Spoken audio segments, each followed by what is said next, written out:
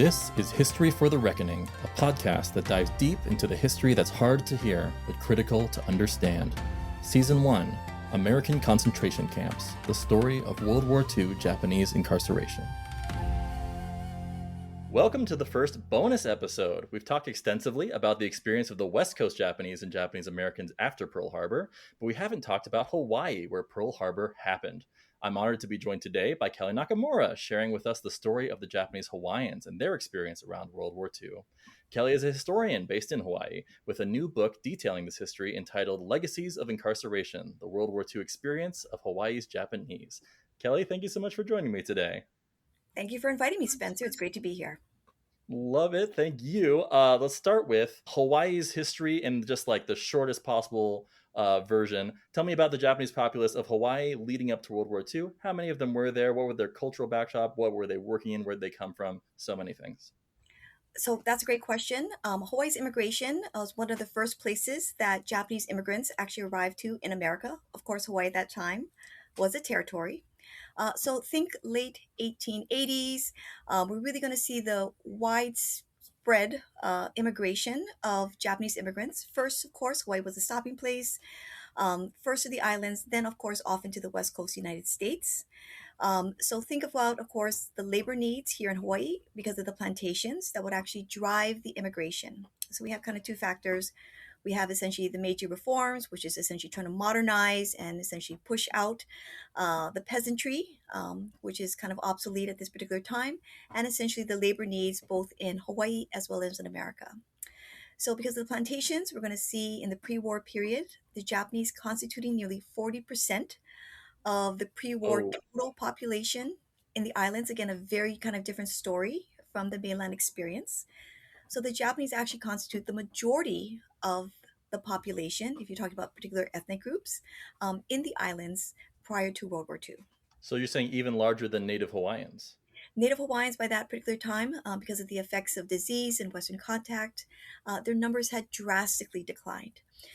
So they, in fact, were a minority, unfortunately, already starting from this particular time in their own lands.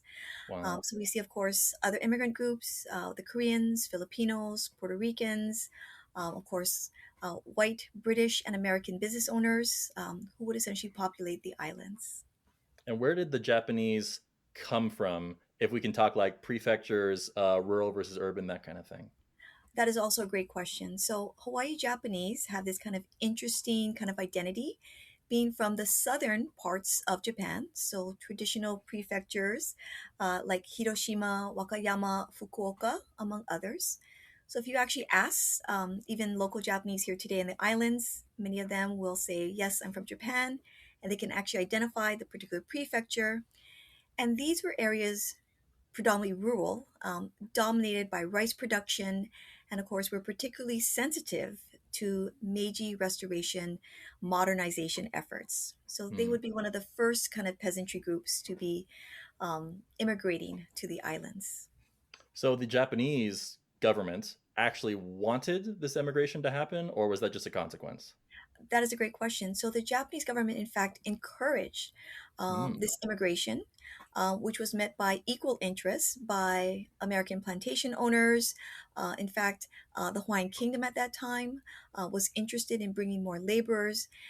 This was all, of course, before kind of anti-Asian sentiment that would dominate the first part of the 20th century, particularly on the West Coast of the United States. That would, of course, end immigration to the islands, but not before literally tens of thousands of immigrants would arrive, bringing, of course, families and the start of communities here. Sure. So you said 40% Japanese. How many generations in would they have been leading up to Pearl Harbor? In mainland United States, the last immigrants would have been around 1917. So the Issei generation would be fairly old by the time Pearl Harbor happened. How was the situation in Hawaii? Pretty similar. I mean, we do see, of course, some of the earliest immigrants having by the pre-war period, it would be unfathomable that we would have the third generation or Sansei. But for the most part, we see essentially the first generation or the Issei population really kind of dominating the political, economic, um, social aspect of the Japanese community. So think about newspaper editors, businessmen, predominantly physicians, um, doctors, lawyers, uh, dominated by the first generation. Their children would be the up and comers who would, in fact, enlist during World War II. Sure. So, what was the relations between Japanese and other ethnic groups on the island? Because if they were a majority, then it'd be very different from the West Coast populace, where such a minority, they had little pockets called Japantowns, things like that. What was the situation in Hawaii? So while we do have kind of ethnic communities and ethnic neighborhoods, so for example, on the island of Oahu, which is of course still today one of the most populous islands, we see of course ethnic neighborhoods or ethnic ghettos. For example, and this speaks to of course people who might be familiar with Hawaii, in places like Makali, Mo'iliili, Kalihi, parts of Waipahu. These of course would be plantation areas and also urban areas. We do see, of course, uh, yes, this kind of growing divide between plantation workers and, of course, the emergence of small businesses. So we do see, of course, urban settlement also happening too. Yeah, But I you're guess I'm absolutely wondering if the Japanese populace was established enough to be like movers and shakers in the community, where they're on city councils and that kind of thing. That's correct. So, in fact, some of them did occupy political office. In fact, we do know that some first generation actually served as veterans of World War One, which is Okay. kind of interesting to think about. Yeah. So we do have kind of this very interesting case of an Issei by the name of Sanji Abe, who served in the territorial legislature, who was a World War One veteran, and who later, in fact, would be incarcerated or interned in Hawaii. So you see that kind of Yeah. divide or kind of historical span encapsulated with this one individual's life. Yeah. And then probably the last question before we get to Pearl Harbor, but what was the Japanese community in Hawaii's relationship to Japan, the place that so many of them had come from? So, in fact, this is kind of this interesting conversation that I have with people that because of the relatively close proximity of Hawaii, also as an island nation to Japan, we do see kind of close ties being developed, and I think more encouraged in Hawaii. So we do have naval visits by the Japanese Navy, which would be essentially the commanding officers would be greeted, invited to local banquets.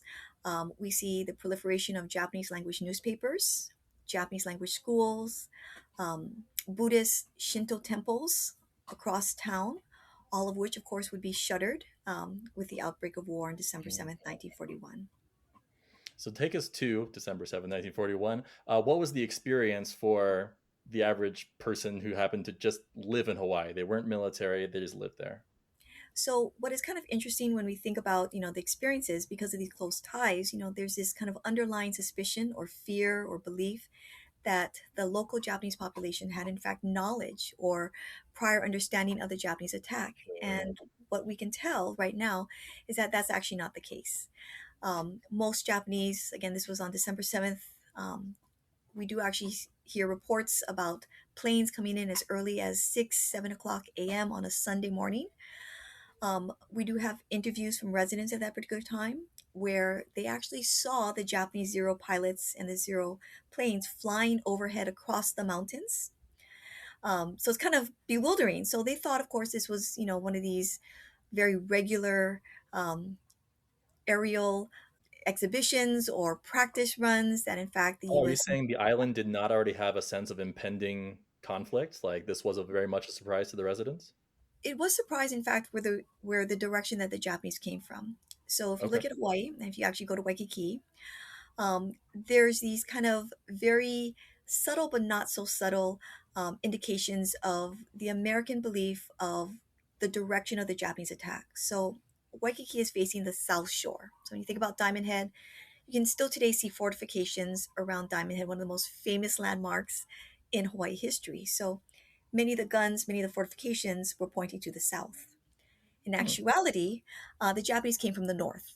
So, in fact, the Americans and, in fact, the local population were literally caught unaware because while they might have anticipated um, the intention of a Japanese attack, they were wholly unprepared for the direction, literally the opposite from where the What? Japanese first arrived. So when you think about it, it's kind of bewildering. So people are like, well, how are they caught so unaware? Because they knew about the Japanese military buildup. And I said, well, still today there's an army museum where it's actually a converted military installation, and they actually had gun turrets, pointing out to the ocean, and again facing the opposite direction from the Dang. south to the north, in which they anticipated a Japanese attack. So that is in part um, one possible explanation of how the American military suffered such horrific casualties because of the Pearl Harbor attack. It was on Sunday. Um, it was 7 in the morning. It was, when men were still sleeping aboard ship, having, enjoyed a Saturday night out on the town. Sure. We're talking about Battleship Row in Pearl Harbor, where literally the battleships were lined up one next to the other. So you didn't actually have to bomb each and every single one of them. You could bomb one of them, the oil, the fuselage, the Mm. armaments would catch on fire and would have a ripple effect upon the subsequent ships, literally docked right next to it. Oh, yeah, horrible. So some of the residents see these planes coming over from the north. What was the experience throughout the day for those that were non-military that were living there? Were they ever in danger, or I assume they thought they were, but yeah. So, one hidden history that people really kind of don't talk about, well, yes, the fighting took place over military bases that were separate from civilian areas. We do actually have civilian casualties from so called friendly fire. People are like, Mm. how does that happen? Well, as the American pilots actually launch an offensive, some of them did actually get up into the air. And of course, aerial dogfights would take place, and you don't often hit your enemy target. And these bombs and machine gun bullets would fall to the ground. And in fact, some of the hardest hit areas would be downtown and Makali And again, this kind of circles back to the beginning of our conversation, where these were local Japanese neighborhoods. So even if you were literally miles away from the Pearl Harbor attack, you were clearly aware. And we do have stories about schools being burned down, restaurants literally being bombed and destroyed, and there'd be civilian casualties. Ironically, Japanese Americans who would also experience, uh, honestly, the impact of the Pearl Harbor attack, literally You're miles away. saying the U.S. military would fire ordnance trying to hit Japanese planes, and that Correct. would Of course, miss and would hit civilian targets. correct. I mean, it would just, I mean, think about gravity. It would just fall to the ground. These, un um, exploded ordinances in the air, at least, would then fall to the ground and literally destroy certain areas. So, and I Ooh. say that as, my grandparents lived in one of these Japanese neighborhoods in Makali Ili. And still today, residents talk about, says, yeah, that school was burned down and that house burned down.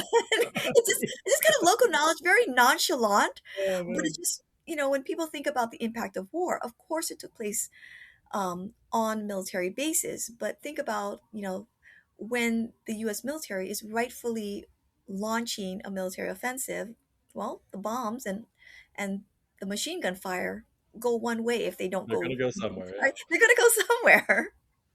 Wow. Okay. So, trying to keep things chronological, on the day of the Pearl Harbor attack, are we aware of stories of Japanese American service members that were in Hawaii and what their experience might have been?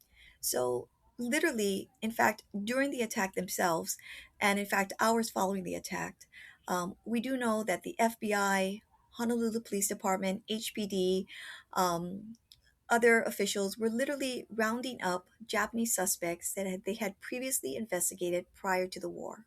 So we do know, for example, Hmm. that the FBI had conducted or created a list of A and B of those to be picked up immediately upon the event of attack. So, you hear accounts from internees and their families saying, the planes were still flying over air, and there would be a knock at the door. Literally. Literally, I mean, Whoa.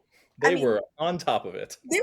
they were absolutely on top of it. They knew who to look for, where they would be, their business locations, their home locations, and without any explanation, and with literally just the clothes often that they had on their backs, these men would be taken by officials, arrested without explanation, and literally disappear for at least 4 years for the duration of the war.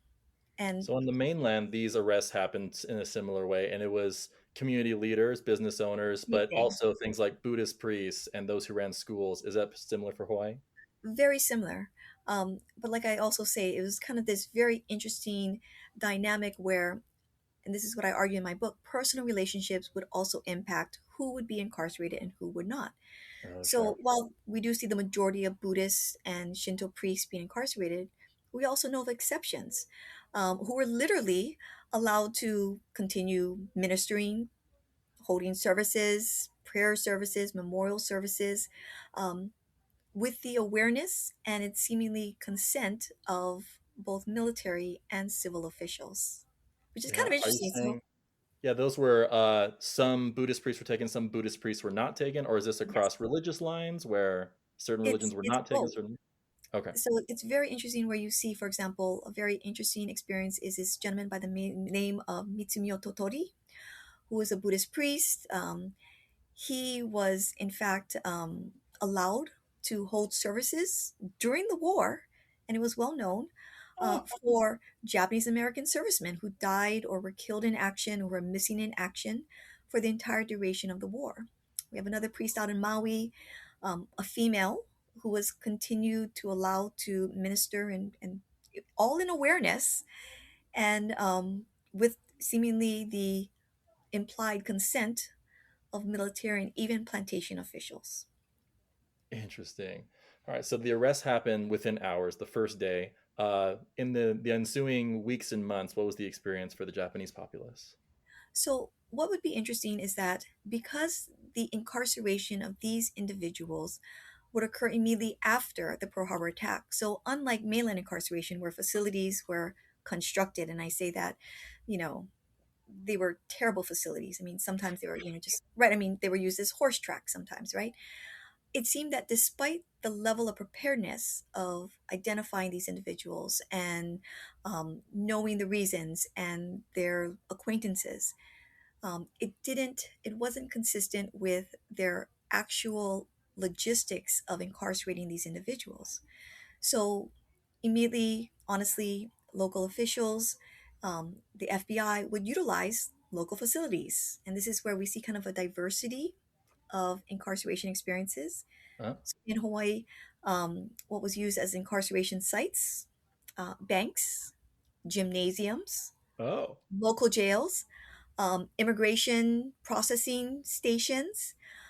When they finally actually constructed so-called camps, internment or incarceration camps, I mean, literally, they would be tents on elevated, you know, stilts. So, of course, because it rained, things would flood in a very low-lying area. I mean, so you see pictures of facilities anywhere running the gamut from actual jail facilities to banks to gymnasiums to hastily constructed tents located by the waterfront area, surrounded by barbed wire. So we really do kind of see a diversity of facilities that, again, are very kind of different from the mainland incarceration experience. Yeah, speaking of the connection to the mainland incarceration experience, do you know if there was any thoughts by the Department of Justice or the military to extricate these individuals from Hawaii and take them to the prisons that they'd actually made, the concentration camps? Or is it always the plan? Plan is probably a loose term, but was it always the plan to keep them in Hawaii? Well, because this was always, of course, a concern of military and civil officials, the number of Japanese. And in fact, prior to World War II, we actually have speculation of, just scenarios that were being run of how could we logistically and successfully incarcerate the entire over 100,000 Japanese that lived in the islands, and they realized that it was What? impossible. I mean, they thought about that. Should we just put them on one island? Should we 40% of the population, sure, incarcerate? yeah. Just the logistics of that. How would you make that possible? And so, that concern of can we actually incarcerate them was in fact on the minds of military officials even prior to this war. So they thought about it and they said, you know what? Clearly, because of the labor needs both on the plantations as well as on the military bases, this would be just unfeasible on so Mm, many levels. It would decimate, to be perfectly honest, the economy and severely hinder the war effort as we're trying to mobilize for the Pacific front right. of the war. So, because of the kind of practical logistical needs of labor and the economics that would be involved, they decided again to kind of do a more so called humane option of incarcerating only a select number of individuals. which absolutely makes sense of what they should have done on the West Coast, but Right. that's neither I here mean, nor there. this is where, people say, well, you know, why did they do what they did? I said, well, think about, put yourself in your shoes and say, you know, if you were a military official and you perceive the Japanese to be a threat, what would be the most efficient and realistic, to be perfectly honest, way of hindering the Japanese community? And one way, honestly, is to kind of, in a sense, part of the metaphor, but kind of cut the head off the snake by taking the leaders of the Japanese community Mm, um, and incarcerating them. But I also would like to add that this anti Axis sentiment also extended to Germans and Italians living here too. okay. So we did have actually also, and this again kind of a unique kind of experience where German Americans, Italian Americans were also incarcerated here in Hawaii. And that would be noteworthy because they would actually be the first ones to file the writ of habeas corpus, basically the justification for martial law, a protest against it, successfully ultimately ending martial law and their incarceration. Oh wow, that's very Yeah, interesting. Yeah. So I would say famously, for in the case of the West Coast Japanese, even though the Department of Justice rounded up so many people on day one, and there were many investigations, and I'm sure there's plenty of spycraft trying to figure out if any Japanese Americans or Issei that had not been allowed to be naturalized were connected to Japan. And okay, that's all to say. Famously, is reported that there were not any threats that correct. were found. But Hawaii had a much closer, both in proximity and perhaps even in culture, connection to Hawaii. I'm wondering what was found there, or if there were any imminent threats that were actually discovered.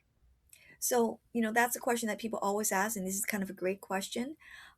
We have yet to find kind of any indication of disloyalty, collaboration with Japanese officials, even despite this proximity, even despite kind of these kinds of close relationships. So, I always like to say that, personal relationships don't necessarily translate to political relationships. Mm, But again, these kinds of connections would be complicated by the fact that we do not see the United States granting citizenship to Japanese or any immigrants, aliens, basically, until the 1950s. Um, Thereby, if you, as a first generation immigrant, by swearing allegiance to America and renouncing your, for example, Japanese leadership, citizenship, you would become a stateless person. So they were, right. I mean, I'm sure people have talked about this, of course, extensively in your podcast, but really kind of that, people always ask, why didn't they just declare loyalty and claim citizenship to America if they were that loyal? And I said, well, literally, they could not. They would literally become a stateless people in the pre war period. I think it is very interesting. And I don't know, maybe this is a weird thought, but I'm like, why didn't Japan put in more effort to insert spies? And like, why didn't they have subterfuge and saboteurs in there? That's just interesting that Japan hadn't put in the effort from the Well, military side. they do see, there's supposedly a consular agent who was taking photographs of Pearl Harbor.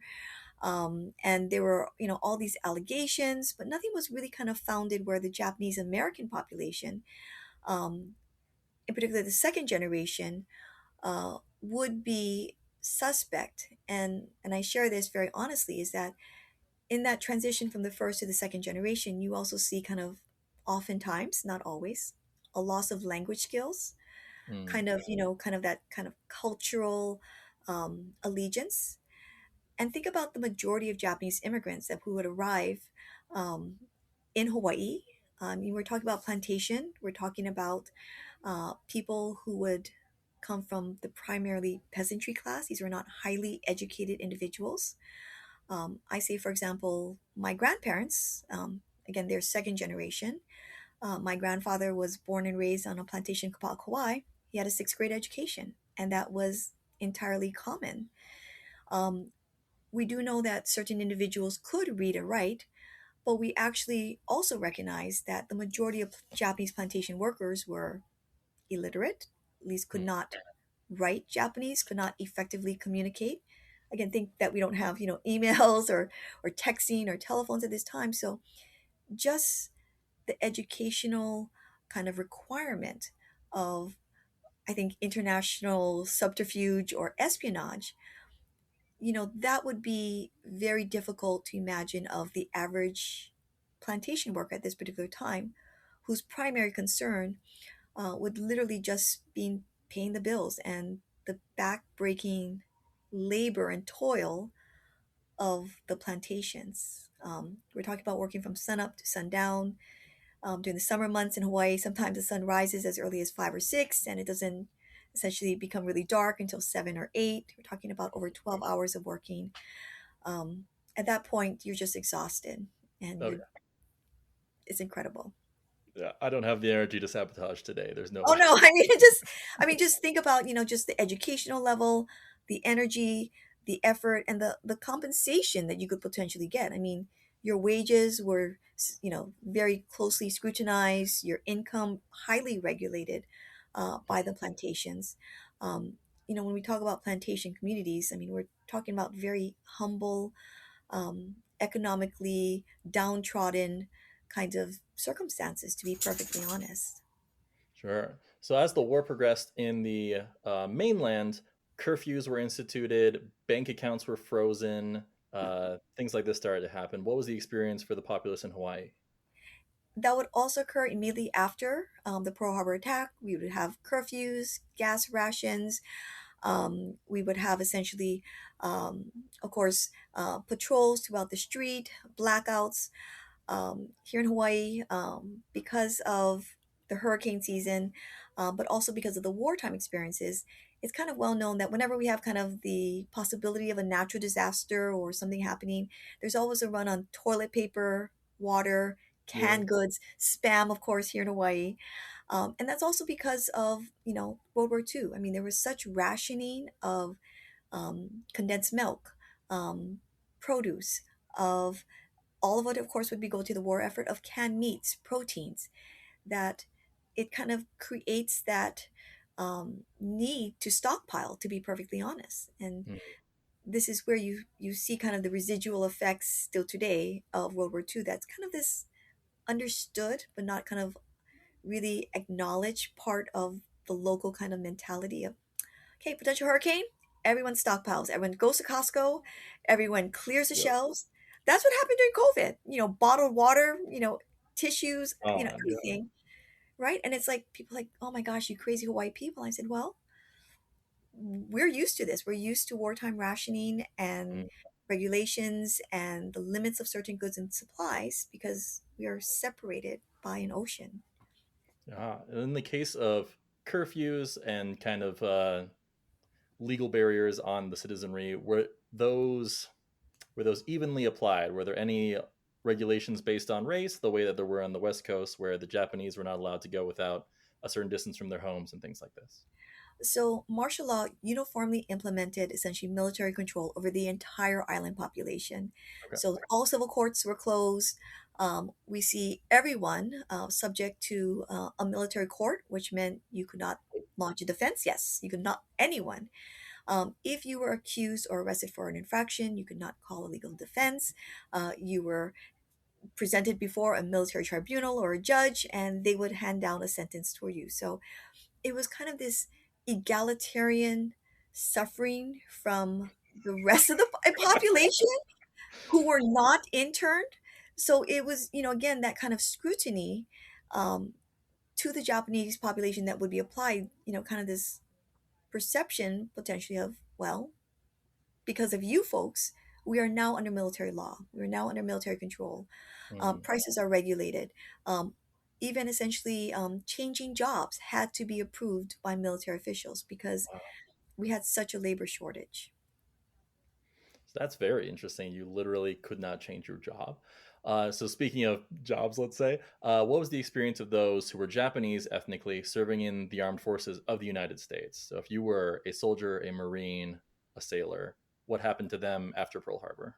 So Pearl Harbor, we see, of course, very famously, we hear stories about young college students who essentially were part of the Territorial Guard, were part of the ROTC, immediately kind of enlisting to kind of demonstrate and prove their loyalty. We also have literally one of the most successful recruit drives of essentially local Japanese young men, second generation, who would join voluntarily to the U.S. military and serving in various capacities. Um, Again, we in Hawaii are very sensitive to the awareness that it's a very kind of different circumstance. Um, that while families both in Hawaii and the mainland experience incarceration, it wasn't this widespread community event. But still, those who were not incarcerated, their families were very sensitive and aware that this was their time to kind of prove their loyalty, Sure. um, their sons, but not to kind of the same, I think, community pressure um, when you have your entire community, entire family being incarcerated. I don't want to minimize that and say, well, it was a lot easier or more difficult, whatever you want to describe it as. But seeing that, I think there's a kind of awareness of the mainland incarceration experience, the awareness that the Pearl Harbor attack happened literally miles away from where they lived, and this inherent need of the second generation to make good on the lessons of Americanization that they had been taught in the various schools here in Hawaii, English standard schools, to demonstrate their loyalty. Of course, Wow. there were So some. were they actually allowed to enlist? Because famously on the West Coast, they would be turned away when they showed up at recruitment centers. Yeah, not initially. And then, of course, we would literally see this kind of shifting or changing with kind of testimony to demonstrate or prove the loyalty of the Japanese. Also, of course, we have the recognition by the US military, especially the Army and the Navy, of the usefulness of utilizing Japanese linguists to Mm, help translate. Especially, of course, think about the war in the Pacific, um, that kind of awareness that the Japanese culture, at least familiarity of these young men, had military usage or benefits. So we do see both West Coast and Hawaii Japanese being utilized in the military intelligence service. So while the majority of course, enlisted men would be serving in Europe, we do see a large number also serving in the Pacific, but as translators, as essentially foot soldiers, literally accompanying American soldiers to war. And you hear about these men who said, when we thought about it, we were in most danger because we would be shot at from the front from the Japanese soldiers who recognize that we're not Japanese, and we could be potentially shot by our American fellow soldiers who couldn't discern the difference. right. So the Japanese could say, no, you're not one of us, and shoot you. But the recognition that, our fellow Americans may not be able to distinguish ourselves. So, you hear these, again, this kind of gallows humor, these stories from these young men who said, I immediately latched on to the most American, Caucasian, African American guy that who could vouch for my loyalty, so I would not be shot from behind. He says we were Uh, facing bullets from the front and behind, but we were necessary. But we also knew that we were in danger every single part of our service during the occupation. And again, think about the fact that um, many of them did not have the linguistic ability, so they would be undergoing very rigorous language training. It was not intuitive, it was not natural. Ironically, by either people who had kind of this kind of cultural ties and familiarity, some Japanese American instructors, or the sons of missionaries or diplomats who had in fact lived in Japan and were so teaching these Caucasian people that knew Caucasians Japanese. Okay. who taught the Japanese, the language that, they themselves were not necessarily as familiar with because maybe they could speak Japanese. They definitely had more difficulty writing or translating, especially the kind of stylized, they call it shosho, writing system that imperial officers or the Mm, imperial family actually utilize. It looks like beautiful calligraphy, but unintelligible to the common eye. You'd be like, what is that sure. character? Like you'd never seen cursive or something. Yeah. You'd never seen cursive. Even so today, I was talking to my daughter's, and she's in fourth grade, her teacher, and said, well, how come you guys are learning cursive anymore? And says, well, we realized kids in the older grades could not read Shakespeare because they Yeah. couldn't. So, I mean, just think of that parallel, and you think, oh, cursive is obsolete, just fine motor skills are not as necessary. Literally, older students could not and still could not read English. So, think of that parallel with the Japanese and very highly stylized calligraphy during the war. Oh, that's very interesting. So one force that was very impactful in the experience with the West Coast Japanese was this organization called the JACL. And I know they were founded and grew up in the West Coast. Did they have a presence in Hawaii, or what influence did they have? So, this is where a lot of people kind of blur the history or are not really quite certain. The JACL did not have a presence in Hawaii prior to and during the war. I mean, they did have some peripheral experience, but we really don't see kind of the established presence of the JACL during the war. So while we do hear about this kind of very contentious relationship that the Japanese American Citizen League members would have in the incarceration centers, this push for Americanization, that did not necessarily exist as far as JACL members trying to encourage Americanization.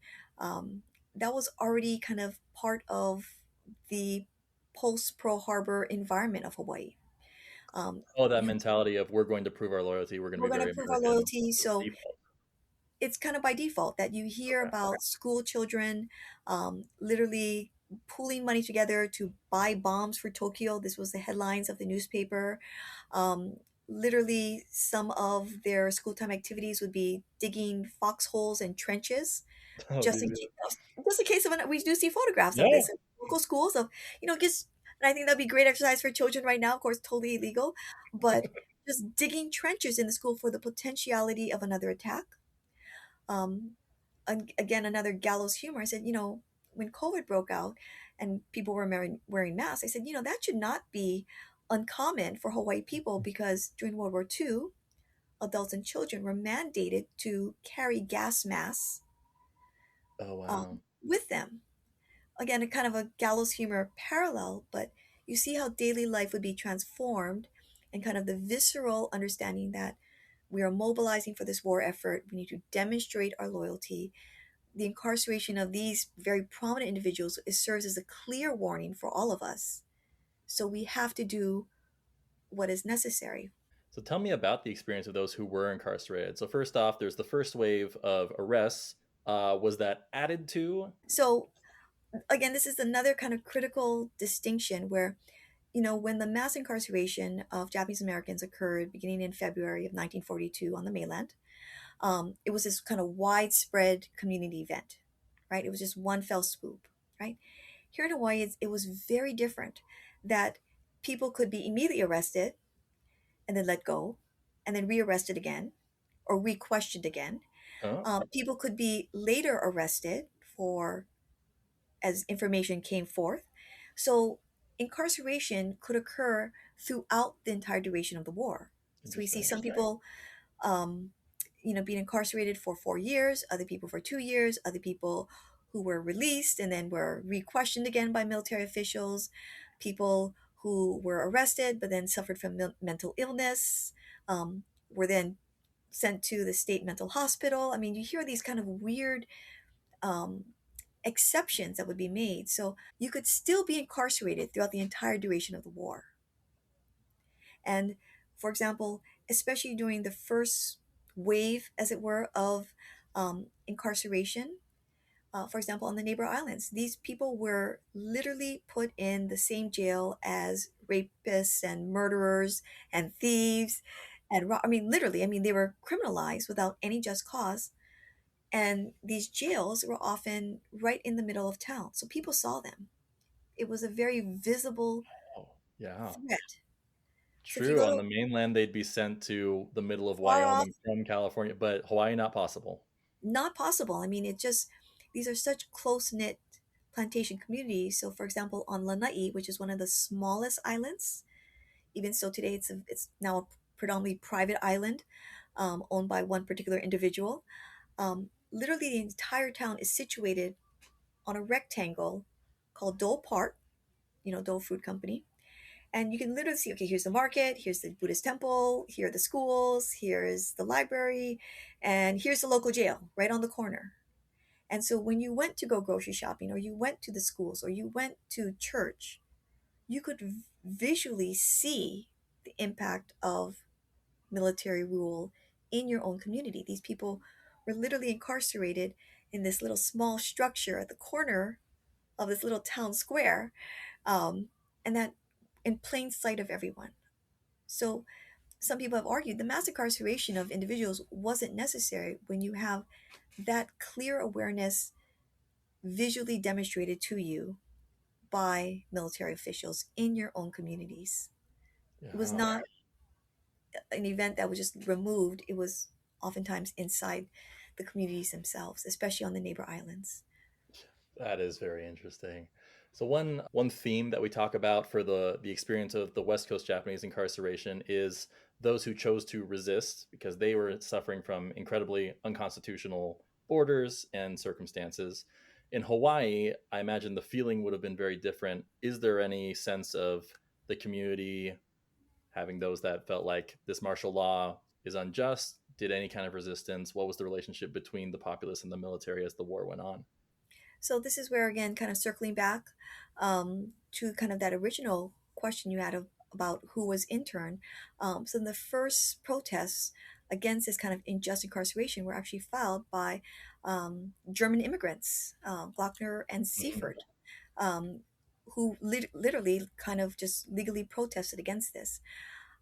What we see in the response of the Japanese community here, as reported by inmate families, is public shaming. That literally they would report, yes, that, when my father was incarcerated, or my uncle, or my relative was incarcerated, the neighbors would have nothing to do with us. The neighborhood kids would be told not to play with us.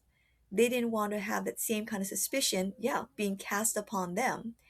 And so many of them, reported this kind of public shunning. um, some are still very kind of bitter about their experiences during the war, about how they were treated.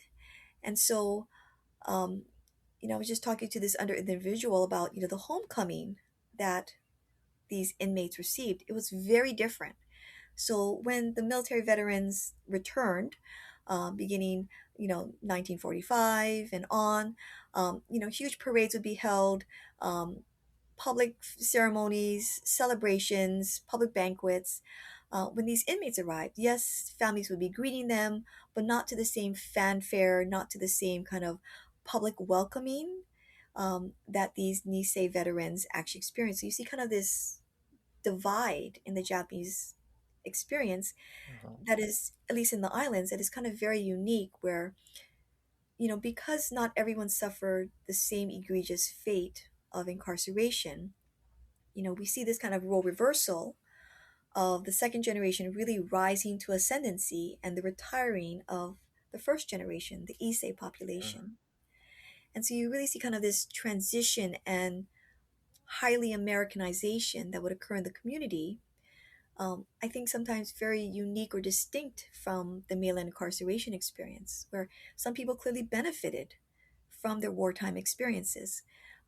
They took advantage of the GI Bill. They took advantage of their wartime experiences and the connections that they made to become the leaders of banking, of essentially of business, of medicine and law, and they would rise to ascendancy. And we see this other part, who never kind of reclaimed the same kind of social status, as if you were, that they enjoyed in the pre-war period. That is very interesting. So martial law was instituted. Did that continue all the way through the war? Did that change over time? So martial law would ultimately end 1944, 1945, and we see essentially a relaxing of regulations. Um, when we see, of course, the returning of veterans, they would, of course, have to arrive from parts of the Pacific as well as Europe. We also see, months later, these inmates arriving again on different ships. We're trying to put together kind of this chronology. It wasn't everyone gets released and, you're all immediately brought back. I'm sure you also, of Are you saying course. inmates from the mainland were being taken to Hawaii, or which inmates are you talking about? So great question. So inmates, some of them stayed on Oahu at the main kind of incarceration site, which would be Honouliuli. Others would, of course, be sent actually to multiple incarceration centers. So the challenge with kind of tracing the family histories of Hawaii inmates is that you'll see them shipped to multiple incarceration centers, and their families would be united. Their families would be here, but they would be here. They would be reunited at that camp. They would be moved to this one. So there's kind of this movement, which I think is also kind of very interesting. Yeah. So it also took them a little longer, I think, to make their way back to Hawaii. In fact, if they were going to return to Hawaii, not just, of course, from the interior of the United States, make it to the West Coast, but also crossing literally an ocean. So, some did stay, some repatriated back to Japan. Um, but, you see this kind of these trickling in of inmates returning back to their home communities because they would Mm, have to often stop on Oahu and then go to their neighbor island if they, in fact, were from the other outlying islands. sure. Okay, that's interesting. What is the relationship that you're aware of in the pre-war all the way through directly post-war period? How culturally similar or distinct were Japanese Hawaiians from mainland Japanese Americans? So I said, this is something kind of very interesting when we talk about Japanese Americans in Hawaii.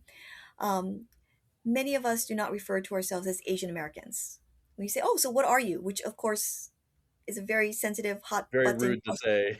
very rude to say. But people just casually say, "So what are you?" kind of thing. And because we have such a cultural mixing, it's a very kind of acceptable question to ask people that you have some acquaintance or some familiarity. So what are you? Where are you from? Kind of thing.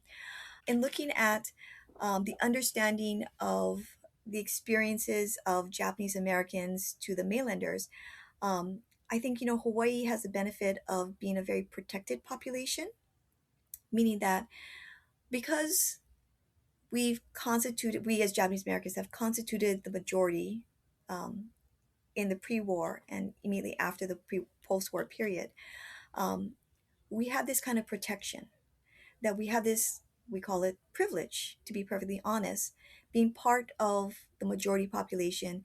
And even till today, as the numbers of Japanese Americans have declined, we still recognize that we occupy a position of privilege and status that traditionally is not afforded to minority groups, to be perfectly honest. Mm, Hawaii is a very protected place.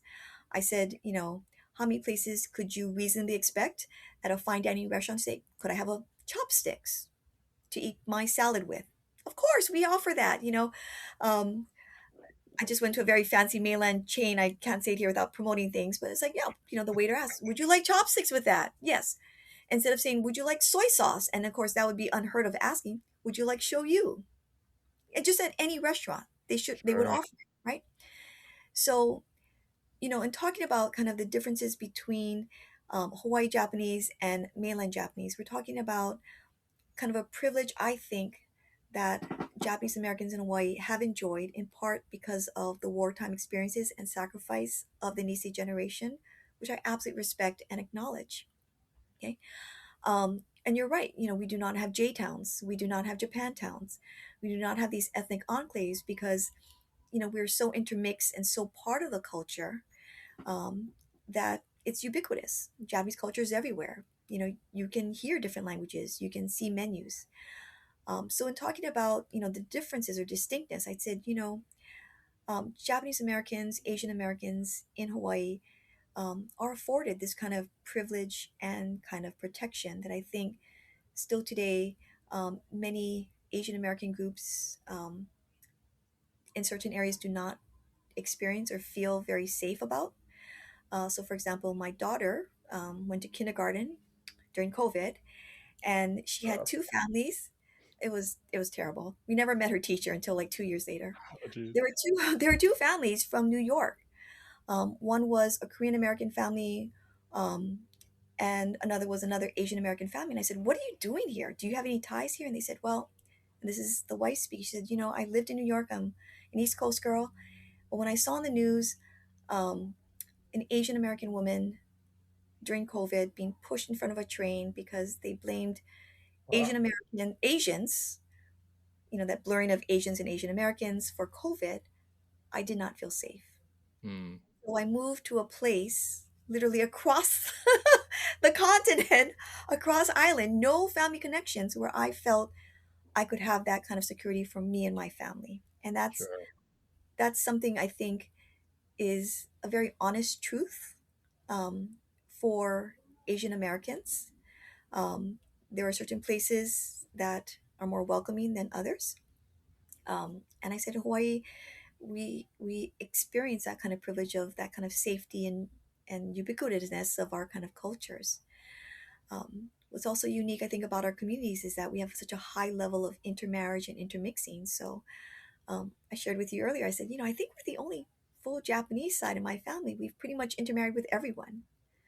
We have aunties and uncles and everyone from different groups, and it's just part of, and it's welcome and it's celebrated as part of our kind of multi-ethnic mix. Yeah, so I guess what you've just said is a great transition into in the post-war period, how did the Japanese populace of Hawaii relate to the wartime experience, both the incarceration on the islands and also on the mainland, and how did that get talked about in the community? So, because relatively speaking, so few numbers, some people have estimated approximately 2,000 people of Japanese descent have been incarcerated out of, over 100,000. Um, we're talking about a minority within a population that experience something so historically, devastating in some families, so historically important. So while the mainland incarceration experience is very wide known in mainland communities, here in Hawaii, it's still a process of education. How can we share this story? Why is this story so important? And because we've intermarried and intermixed with so many different groups, it is a story that extends beyond a solely Japanese American identity or Japanese American community. We see multiple peoples, who don't necessarily have a Japanese name or look Japanese, but say, that was my grandmother's experience or my grandfather's experience. So extends. This is a story I think is important because it extends beyond the immediate Japanese American community, and it is a story that talks about wartime fears, even in a place that reputably is a place of openness and awareness and racial harmony, as we like to think of Hawaii as. Um, and this is where I really appreciate, you folks kind of sharing this story. I said, because it's not just a Japanese American story. It's a story that impacts multiple communities, whether you have some kind of familial or friendship or some kind of connection to the story. Again, we talk about Germans and Italians who are also incarcerated here in Hawaii. It's a German American and German Italian story. um, it's also a story about wartime fears and the fears of immigrants and wartime hysteria and military necessity to justify the infringement of civil liberties. One thing that we heard about in previous episodes was Congress passed an act which allowed people to voluntarily renounce their citizenship, Mhm. presumably so that they would then be extricated from the US populace and sent back to Japan upon the close of the war. Did that have any impact on Hawaii that you're aware of? So, this is where, again, kind of there's this wonderful kind of closed loop to this whole conversation. When we talked about where do these Japanese immigrants come from, we talked about the southern areas of Japan. Um, and we're talking about two areas in particular that experience American military technology. We're talking about Hiroshima and Japan. Mm, I'm fourth generation, and my family is from Hiroshima, Japan. And we were talking about this decision to repatriate. Of course, most major metropolitan cities were absolutely devastated because of the war. So, for example, Tokyo was just firebombed down to its foundation, to be perfectly honest. Um, but when you're also talking about the impact of, the decision to repatriate, you know, again, wartime news was very censored to arrive back to cities that had been atomically bombed and decimated, um, from these immigrants who came from these southern regions, like, as I mentioned, Fukuoka, Wakayama, Hiroshima, Nagasaki. Um, that kind of experience would they be kind of dually traumatized by the experience by military officials, by American military technology. We do hear stories about that too. That we thought we were going to return back to our homeland, we'd be safe, we'd be able to rebuild our lives, and literally our towns, our home country had been destroyed. So I say to people, I said, when you go to Hiroshima, it's not like a great modern city like Tokyo. It's not modern and new and you know, and it's not a historical city like Kyoto, which was deliberately not bombed, because the American military realized that that was the cultural capital of Japan and that would really enrage the Japanese. Um, Hiroshima is a city that literally has been rebuilt since 1950. It's a 1950 city, so it has 1950s architecture. Yes, it is being modernized and things like that. But when you look at the effects of the atomic bombs, in some areas, 90% devastation of the infrastructure and facilities, um, we're talking about a city that literally was rebuilt from ashes. And they should speak to audience members who understood the impact of the California fires or the wildfires throughout the West Coast, where when wildfires sweep through, it's not just destroying houses, but the infrastructure, the water, the sewage, electricity, the internet lines now. It takes generations to rebuild. Yes. Are you aware of any, this might be hard to say, but any kinds of numbers of those that were residents of Hawaii during the war that after the war did try to go back to Japan? I don't know the exact numbers. We also hear stories, and this is where the Hawaii experience is so interesting, and also the mainland story, where people return back to Japan, realize it was so much worse, and then try to Right. return back to America. Again, the most infamous example of um, the unsuccessful efforts until relatively recently of an effort to return back to America after living in Japan was Tokyo Rose. Um, Basically, this woman who was stuck in Japan and tried to return back to America. Oh, yeah. Um, and basically, because of her alleged, participation in Japanese propaganda, um, was never allowed to until, you know, after decades, if anything, later to even be considered um, to become an American citizen again, but again, never was. I hadn't heard the end of her story. That's very sad. Okay. Yeah, right. I mean, so, Cool. think about the close ties, and this is where again I'm so appreciative of this opportunity to share this uniqueness of the Hawaii story. But it's not just a Hawaii story, it's a story that also has connections with the mainland experience, with the Japanese and Japan experience. I had, as I also shared with you, both sides of the families that experienced it. I had family members in Japan during the war, and I had family members who fought on the side of Americans. So we had that kind of dichotomy Yeah. that also exists in many Hawaii families, where you see, because of these, again, closing the loop with this whole conversation, because of these close connections that existed in the pre war community, it is not unfathomable to think that, you would have family with these kinds of dual loyalties that didn't necessarily translate into, strict political allegiance, but you had kind of these very dichotomous fates that would really impact future generations, even still today. Yeah. So moving into now the 70s, the mid 70s, the political movement for redress and reparations is starting in Washington and is being driven by folks from Hawaii because now they're serving in the Senate and the House of Representatives. But what was the feeling in Hawaii, from any stories that you're aware of, toward the redress movement that was going on the mainland? So the redress movement is definitely some areas that absolutely needs more scholarship. We have a great individual here. His name is Bill Kaneko, who's done a documentary and has researched essentially the incarceration and restitution process. He was a JACL official, also an attorney who fought for these individuals to receive restitution.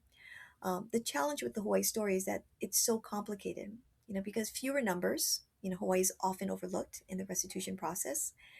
And the various claims, in fact, that people filed for restitution, those who had been interned, those whose properties, homes, farms, businesses, their lands had been confiscated by military officials because of so called military necessity, because of its proximity to military bases. Oh, Some of them also requested restitution. I mean, literally, December 7th happened, 1941, and armed guards would force them out of their house, force them off of their properties, never to be reclaimed ever again. They were declared military property from that yeah. point on. So the restitution process is a little bit more complicated here because of those who had land claims, those who had, of course, experienced incarceration, those who had business claims. They had to prove residency or business ownership or land ownership at that time, something that added an additional wrinkle. You couldn't just say, I was incarcerated, I am, of course, I qualify. Well, what about, and you have all these other Mm. kind of unique circumstances. So it sounds like you're talking about restitution being in the 50s when they would start to file claims, and that extended on into the 70s, unfortunately. But yeah, I guess so. Separate from that, in 1988, when the Civil Liberties Act of 1988 was signed, and there was a presidential apology, and you could apply if you were affected by the Correct. incarceration for the $20,000. How did that impact Hawaii? So that we're coming into the Well, that 90s. so both of what I was talking about, both Okay. the early part as well as later. Again, it was so interesting that again you did see this unique kind of experience where Hawaii politicians like Danny Noy, Spark Matsunaga, among others, who had pushed and had spearheaded restitution efforts. They're from Hawaii. Because of the ascendancy and rise of these Nisei veterans. I mean, both of them were veterans who served for the armed forces, and they would be spearheading this effort that would impact, um, relatively speaking, a smaller number of Hawaii residents, but was as equally as valuable. And Hmm. again, still today, you hear about not just people who successfully applied for restitution, but those who were denied. And that's again So another interesting. story. Yeah, people were denied. They said you could not prove land ownership, you could not prove egregious loss because you were forced out of your homes, Oh, your business I'm sorry. was I probably confiscated. misunderstood you earlier then. So you're saying that those who were able to apply in 1988 and in the following years in Hawaii was not just those who'd been incarcerated, but also Correct. those who had a significant loss of some kind. That is correct. Okay, that makes so much more sense. Yeah. So it's a more kind of complicated story, I think, than um, what a lot of people give credence to. So yes, of course, the mainland incarceration and restitution process um, is something that absolutely needs to be told. And again, the complications that come out with the Hawaii story is adds nuance to it. It shows kind of the human dimension. It highlights um, essentially sometimes the impact of personalities and circumstances unforeseen upon people's lives. And the restitution process isn't automatic for those who were incarcerated. I mean, some people were so shamed by their experience that they never really wanted to talk about it and they never wanted to pursue it. There wasn't this kind of community wide awareness and push as we see in the mainland incarceration center where the entire community suffered. Yeah. All right. So, final question, or one of my final questions, I'll say, how is the Japanese community within Hawaii relating to this history today? Is it commonly known? Are the reverberations felt, and are they aware of them? So this is where I share with all of my audiences. I said I look around and I see kind of older generations who are at my presentation, which I'm absolutely grateful for. What I do not see are too many of my peers, fellow scholars who also want to investigate, um, highlight, share, delve into the nuances of this story. And this is where, the story continue needs to be told. And I also, by the way, write for Densho, which is Cool. a digital resource of Japanese American history. And right after some kind of common historical events that I will not, contemporary historical events that I will not go into, I got so many calls from newspapers, the New York Times, Washington Post, asking, "So can you tell me more about this these alien acts that were used to deport individuals?" I said, "Why, yes, I can." I said, "Because there are historical parallels to what had existed during World War II and the efforts to deport um, alien immigrants from our country back to their home country that occurred decades before. So I got contacted by Densho to say, my goodness, we're getting so many hits on this one short article talking about this Enemy Aliens Act, and this obscure kind of legal term. But because there are such contemporary resonance to events going on right now of deportation of certain individuals based upon the fear of their race, um, it's unfortunately a contemporary event even still today. Hmm. And it's sadly, I think, horrifying to hear that this one short article about the Enemy Aliens Act is the most popular clicked on, article right now. Uh, They do track it, right? They look at what people are looking at and what people are interested in, and it's not again Japanese communities that are looking at this, but essentially eyes upon in various communities looking at this and seeing kind of or trying to understand the legal precedent for contemporary events right now. And that's where people are like, well, does history matter? I said, I hope so. I hope people can see parallels and the usage of legislation that still is on our books to incarcerate certain individuals or deport them.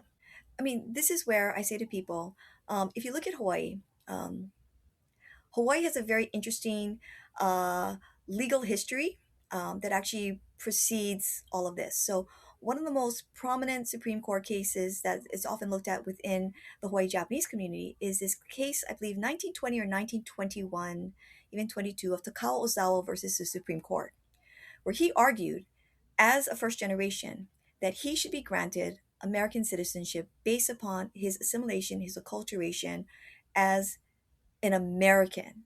So hmm. even if he's Japanese, he at as early as 1920s is filing essentially with the United States Supreme Court efforts to grant citizenship to aliens. So we see, already Hawaii being kind of the linchpin as early as 1920s efforts to grant citizenship to enemy aliens. And so, when Korematsu comes along, I said, of course it's Hawaii that has to do this because Hawaii has a very interesting Supreme Court history where these cases that are often based upon race make it that far to the Supreme Court. So you're right with Korematsu and things like that.